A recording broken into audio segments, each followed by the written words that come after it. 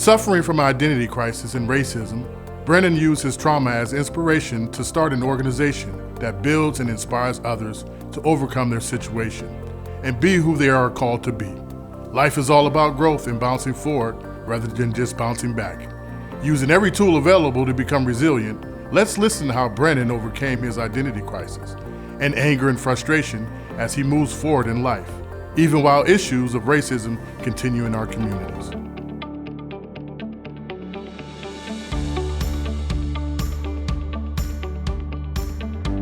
Currently, I'm a licensed professional counselor at the Erie VA Medical Center. So I'm a suicide prevention coordinator. And I'm also an executive director and founder of an organization called Open Eyes.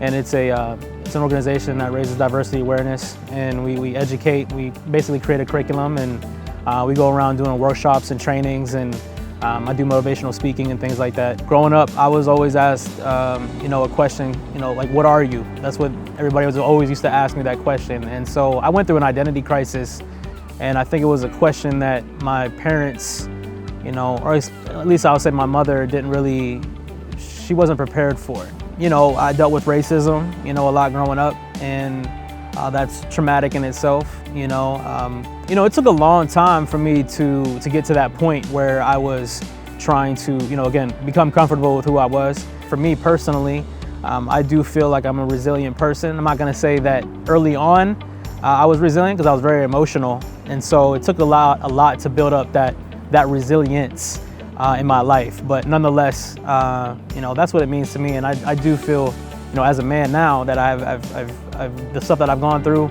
and the stuff that I continue to go through, I'm more resilient to it, and I'm able to take what's given to me and take the struggles and trials and tribulations and be able to flip it and make it something positive, and put my energy into the right things. That's not to say that, again, I still deal with things, and I just deal with them differently, and I can accept things a little bit better.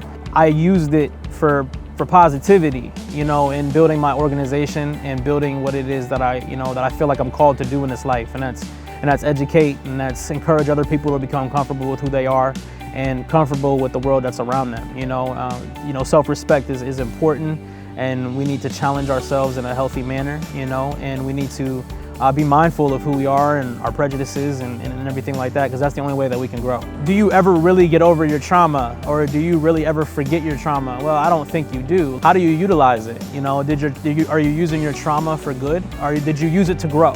Are you still stuck in that trauma? Your past is your past. It's not something that you're just gonna wipe away, but it's not good to live there, and it's not good to live too far ahead. We have to be in the present moment, the here and now, and we forget that aspect a little too much.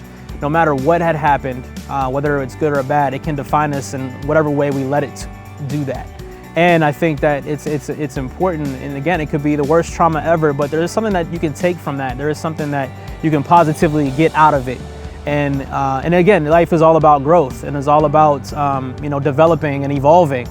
And again, no matter what had happened, we have to use every tool possible to our ability to be better people, to be the best version of ourselves. Meaning often carries people through pain. People often find meaning through other people, causes, activities, or spirituality. Brandon found meaning through the organization he started, Open Eyes, which gave him the opportunity to combine his passion and services for others to create a strong sense of purpose, healing, and optimism. Optimism influenced Brandon because of his strong belief that he could achieve more and truly change people's lives. Brandon chose to bounce forward and not just bounce back.